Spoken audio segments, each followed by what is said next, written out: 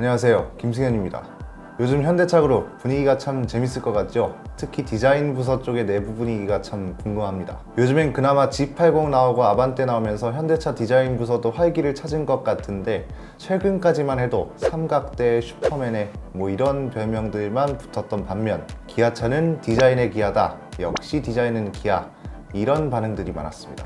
확실히 국내 소비자들이 디자인에 많이 움직인다는 걸 보여주는 사례가 최근 등장을 했습니다.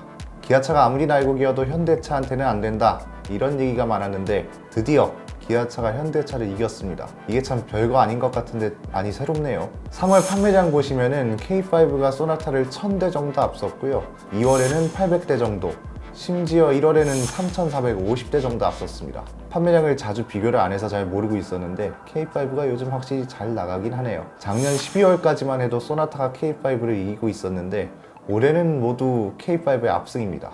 이것 때문에 다급해졌는지 현대차가 소나타 연식 변경을 준비하고 있다고 하죠. 4월 판매량도 기대되고, 이게 K5의 신차 효과에 불과할지 아니면 진짜 디자인이 만들어낸 결과일지 주목됩니다. 사실 디자인에 있어서는 소나타보다는 K5가 항상 많이 많았죠. 이름으로만 봤을 때 역사는 소나타가 훨씬 길지만 디자인에 있어서는 평가가 확실하게 나뉩니다. 소나타는 특히 YF 때 파격적이다, 새로운 시도다, 이런 어떻게 보면은 긍정적이고 어떻게 보면은 위협할 수 있는 키워드들이 따라왔고, K5는 혁신이다, 디자인에 한 획을 그었다, 부정적일래야 부정적일 수가 없는 키워드들이 많이 따라왔습니다. 물론 과학이라는 키워드도 따라오기 있긴 하지만, 어쨌든 요즘 K5가 잘 나가고 있다는 건 분명한 것 같습니다. 그런데 최근에 K5가 또 한 번 시끄럽습니다. 중국형 K5가 공개되면서 국내 네티즌들이 술렁이기 시작했죠. 해외에서 현대기아차가 공개되면 항상 인터넷에서 논란되는 게 있죠. 많이들 눈치채셨을 만한 그거, 내수차별 논란입니다. 자, 뭐가 문제라는 건지 한번 살펴보죠. 보니까 K5가 중국에도 출시될 예정인가 봅니다. 중국형 K5 재원이 일부 공개되는데 국내 사양이랑 몇 가지 다른 게 있습니다. 우선 제일 먼저 눈에 띄는 게 크기 재원. 비교를 해보니까 내수형 K5 길이는 4905mm인데 중국형은 4980mm. 이게 확실히 길긴 하네요. 이게 어느 정도냐면 그랜저랑 고작 10mm 차이인 건데, 이건 좀 차이가 크긴 합니다. 그 다음에 너비는 동일하고요, 높이도 동일합니다. 휠베이스는 이것도 조금 비교를 해보자면요, 내수형 K5도 준중형 치고는 휠베이스가 좀 길게 빠지긴 했습니다. 그랜저랑 35mm 밖에 차이가 안 나거든요. 그런데 중국형은 그랜저보다도 훨씬 긴 무려 2900mm입니다. 이건 확실히 휠베이스 수치만 보면 일단 뒷좌석 공간이 확실히 넓어졌겠네요. 그리고 길이 때문에 트렁크 공간 같은 것도 많이 넓어졌을 것 같습니다. 중국에선 그랜저 크기로 K5가 팔린다는 거네요. 그리고 외관 디자인은 워낙 개치라서 이거는 보시는 분들께서 판단을 해주시면 될 것 같습니다. 우선 앞범퍼 디자인이 좀 다르네요. 약간 뭐랄까요, BMW 치면은 M 패키지랑 럭셔리 라인 같은 느낌인데, 내수용이 M 패키지, 중국형은 럭셔리 라인 느낌이네요. 내수용은 좀 스포티한 느낌을 강조했다면 중국형 모델은 크롬 장식을 더해서 고급스러운 느낌을 강조했습니다. 뒷모습도 좀 차이가 있네요. 개인적으로 뒷모습은 내수형이 좀 멋진 것 같습니다. 우선 절취선 같은 후미등은 중국형에서 삭제됐고요, 스키드 플레이트, 디퓨저 디자인도 삭제돼서 중국형이 오히려 좀 밋밋한 느낌입니다. 외관은 이 정도인데 실내도 한번 보죠. 실내는 첫인상이 좀 많이 다른데요. 보니까 디스플레이가 꼭 벤츠 같네요. 이거 그랜저 때부터 벤츠처럼 이어지네 안 이어지네 많이 많았는데 결국은 안 이어졌잖아요. 그런데 이 중국형 K5에는 벤츠처럼 이어진 디스플레이가 장착이 됩니다. 아마 실제로 보면 그랜저랑 좀 비슷할 것 같은데, 계기판 UI 자체는 내수형이랑 큰 차이가 없는 것 같고요, 더 고급스러운 거는 모르겠고 내수형보다 좀 더 깔끔해 보이긴 합니다. 이걸 보니까 카니발 차주분들이 좀 기분 좋아지실 수도 있을 것 같은데요. 카니발에도 왜 얼마 전에 스파이샷 유출됐죠? 그랜저보다 실내는 낫다부터 해서 디스플레이가 이어지네 안 이어지네, 테스트용 디스플레이네, 이런 얘기가 많았는데 K5를 보니까 카니발에도 이런 디스플레이가 적용될 가능성이 높아진 것 같습니다. 그리고 좀 더 보니까 공조 버튼이 터치식으로 적용이 되고, 콘솔 컵홀더에는 커버가 추가됐고요, 그리고 헤드업 디스플레이는 없다고 합니다. 이건 옵션으로 적용되는지 봐야 알 수 있고요. 자, 그리고 파워트레인 구성도 좀 다릅니다. 국내에는 2.0 MPI 엔진의 6단 자동 변속기, 그리고 1.5 터보 가솔린에 8단 자동 변속기가 들어가죠. 그런데 중국형에는 1.5 가솔린 터보에 7단 자동 변속기, 그리고 2.0 가솔린 터보에 8단 자동 변속기가 들어갑니다. 글쎄요, 국내에도 뭐 2.5 터보 모델이 나온다고는 하는데 일단 지금으로선 국내 사양이 좀 뒤처지네요.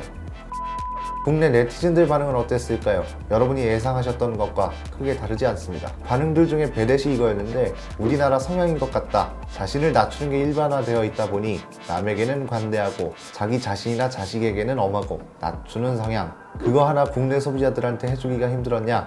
당신들이 현기 열심히 사줘서 그렇다. K5 오너는 아닌데 이 기사를 보고 있는 내가 화가 난다. 한국에서 테스트하고 중국에 개량해서 판다. 제일 중요한 것은 가격인데 설마 국내보단 싸진 않겠지? 그러고 보니 가격은 아직 정보가 안 나왔는데요. 이건 또 가격 정보가 나오는 대로 다시 한번 다뤄야 할 것 같습니다.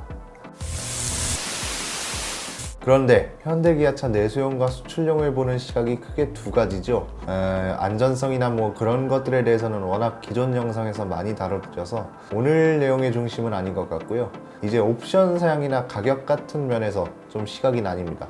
방금 소개해드렸던 댓글 반응들처럼 이건 명백한 내수 차별이다, 자국민 차별하는 악덕 행위다, 이렇게 보는 시각도 있는 반면에 미국이나 중국이 한국보다 큰데 당연한 거다, 아니면 뭐 시장성 때문에 차별은 불가피하다, 이건 이제 한국 소비자, 미국 소비자, 중국 소비자 이 사람들이 각각 원하는 게 다르다 보니 기업 입장에선 당연히 옵션이나 디자인에 차이를 줄 수밖에 없다, 뭐 이런 소리겠죠. 오늘 내용을 단순히 뭐 얘네 우리나라랑 중국이랑 이렇게 사양 차이가 많이 납니다, 이런 것만 소개하면 너무 알맹이가 없겠죠. 시사점을 뭘로 잡아볼까 하다가 왜 해외 사양하고 국내 사양이 차이가 나면 소비자들이 비판을 할까, 이 주제에 대한 생각을 좀 보시는 분들하고 나눠보면 어떨까 합니다. 왜냐면 일단 전제가 시장성 키워드라는 게 틀린 말이 아니거든요. 일단 우리 소비자와 미국 소비자가 선호하는 게 일부 다를 수 있고, 우리 소비자와 중국 소비자가 선호하는 것도 일부 다를 수 있죠. 소비 성향뿐 아니라 한국은 디젤이 더 싸고 미국은 휘발유가 더 싸고 이런저런 차이 때문에 시장성을 당연히 따질 수 있습니다. 그런데 이렇게 따지면 우리나라 차만 내수용과 수출용에 차이를 두는 게 아닙니다. 미국 차도 한국에서 파는 거랑 미국에서 파는 사양이 다르고요. 유럽이나 일본 차도 마찬가지죠, 그건. 물론 뭐 안전성 논란, 품질 논란 뭐 이런 건 워낙 제가 영상에서도 많이 다뤄드렸기 때문에 이건 좀 오늘은 논외로 하고 옵션 사양 같은 걸 중심으로 생각해 봅시다. 사실 이번 K5 말고도 이런 옵션 사양 차별 가지고 많이 많았던 사례가 몇 번 있죠. 가장 최근은 팰리세이드가 대표적이지 않을까 합니다. 이제 국내 2019년형으로 출시된 지 2개월 만에 미국에서 2020년형으로 공개가 됐죠. 뭐 연식이야 원래 미국에서는 그렇게 출시를 해왔으니 크게 문제가 안 되는데 몇 가지 사양 때문에 좀 많이 많았습니다. 디지털 계기판이 제일 많이 많았죠. 디지털 계기판하고 같이 딸려오는 블라인드 뷰 모니터, 요즘 제네시스나 K9, 소나타 이런 차들을 넣어주는 사양인데 방향지시 등을 켜면 계기판에 사각지대에 있는 차를 보여주는 기능, 이게 아직까지 한국에선 선택조차 할 수 없는 사양인데 미국하고 캐나다 팰리세이드에는 진작부터 이게 들어갔죠. 이건 시장성 반영이라고 변명할 수 없었던 게 이미 국내 소비자들이 디지털 계기판을 좋아한다는 게 증명이 됐고, 그렇기 때문에 옵션 사양으로나마 소나타 K5, 심지어 이제는 아반떼에도 디지털 계기판을 넣어줍니다. 국내 소비자들이 마냥 아날로그 계기판만 좋아한다고 판단했으면 굳이 아반떼에도 넣을 이유가 없었을 텐데 말이죠. 이미 네티즌들 댓글 내용에 답이 있는 것 같습니다. 이런 말 제일 많죠. 이것들이 미국, 중국에는 해주고 우리는 안 해줘? 이거 내수차별이네. 이런 댓글들이요. 뭐 여기에는 뭐 왜 우리는 그런 옵션 사양을 선택할 수 없냐, 왜 쟤네만 좋은 거 해주냐, 이건데 이건 사실 내수용 차들이 탄탄하면 나오지도 않을 말들이라 생각이 됩니다. 예를 들면 이런 거죠. 제가 일본차 브리핑 영상 자료들을 찾아보면서 느낀 건데 일본 사람들은 그 내수용 차에 대한 자부심이 엄청 강합니다. 제일 단적인 예가 토요타 센츄리인데 이 센츄리가 거의 장인정신의 끝판왕이라고 얘네가 홍보를 하죠. 보면 뭐 렉서스보다 더합니다. 기계소음 하나 없는 공장에서 장인들이 모여서 차를 예술하듯이 만들어낸다, 뭐 이런 내용으로요. 그러니까 결국 왜 쟤네만 좋은 거 해주냐, 이런 게 아니라 쟤네한테는 저 차가 있지만 우리한테는 쟤네한테 없는 이 차가 있다, 이런 게 되어야 하는 거고, 제일 적용하기 쉬운 예가 그랜저죠. 그랜저는 북미 시장에서 안 팔려서 철수를 했습니다. 제네시스도 물론 조금 영향이 있었다고 하는 분들도 있는데 한국에선 또 반대로 제네시스가 있음에도 엄청 잘 팔리죠. 이 그랜저가 우물한 개구리를 위한 차가 아니라 한국 소비자들만을 위한 특별한 내수용차가 되어야 한다는 이야기입니다. 이제 지금 에쿠스도 없어졌겠다. 어차피 현대차의 플래그십 역할을 마치 30년 전처럼 그랜저가 가져온 마당에 그랜저의 네임밸류를 키워도 되는 시점이라는 거죠. 단기적으로는 이게 무슨 소용이겠냐 할 수 있지만 장기적으로는 충분히 가치가 있다고 판단됩니다. 그랜저를 진짜 토요타 센츄리 만들듯이 장인들이 한 땀 한 땀 정성스럽게 만들어 판다고 생각을 해보십시오.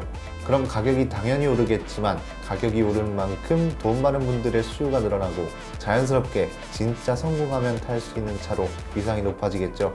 사실 지금 국민차의 역할을 소나타가 하고 있어야 하는데 그랜저가 하고 있는 마당에 성공한겨? 뭐 이런 광고 카피를 쓰는 것도 아이러니하고요. 물론 지금 그랜저 타는 분들도 돈이 없어서 타는 분들은 거의 없을 수준이지만 가격이 오른 것에 대해서 납득할 수 있을 만한 것들이 많으면 소비자들도 충분히 이해를 한다는 겁니다. 제네시스가 있는데 무슨 바보 같은 소리냐 이러는 분들도 있습니다. 그렇게 따지면 토요타는 렉서스 있는데 크라운이나 센츄리 같은 차 만들면 안 되는 거고요. 얘네도 그럼 캠이나 맨날 만들어야죠.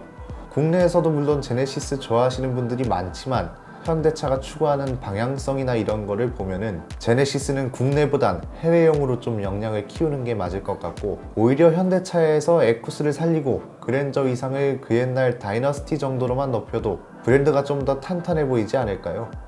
소나타나 오늘 나온 K5는 한국이나 중국이나 미국이나 크게 뭐 브랜드 이미지나 위상에 크게 차이를 둘 수 없는 대중적인 차이기 때문에 직접적인 영향은 없을 겁니다. 다만 그랜저 같은 차들이 한국 소비자들에게만 있는 특별한 차 이런 게 된다면 얘기가 좀 달라지죠.